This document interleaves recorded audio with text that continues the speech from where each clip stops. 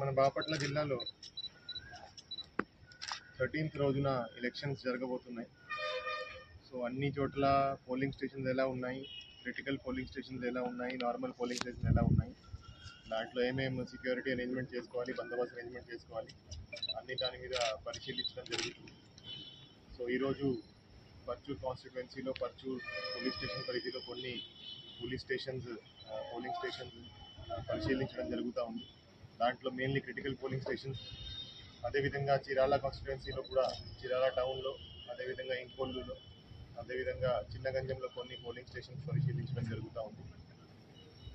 So ఎక్కడెక్కడ గొడవ జరిగే అవకాశం ఉంది, ఎక్కడెక్కడ పోలింగ్ పీస్ఫుల్గా జరిగే అవకాశం ఉంది, ఎక్కడైతే సమస్యాత్మక విలేజెస్ ఉన్నాయో, గ్రామాలు ఉన్నాయో అక్కడ ఎవరెవరు గొడవ చేసే అవకాశం ఉంది అన్ని దాని మీద పరిశీలిస్తాం.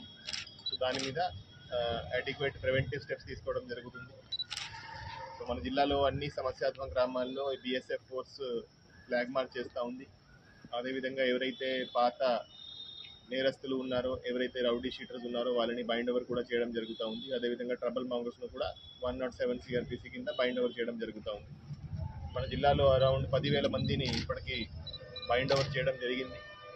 సో అదేవిధంగా పోల్ డే రోజు కూడా అన్ని చోట్ల చాలా అప్రమత్తంగా మొత్తం పోలీస్ యంత్రాంగం పనిచేస్తుంది. సో ఎక్కడైనా ఏమైనా ప్రాబ్లం జరిగితే ఇమీడియట్గా అక్కడ వెళ్ళి ప్రాబ్లమ్ రిజాల్వ్ చేయడం జరుగుతుంది.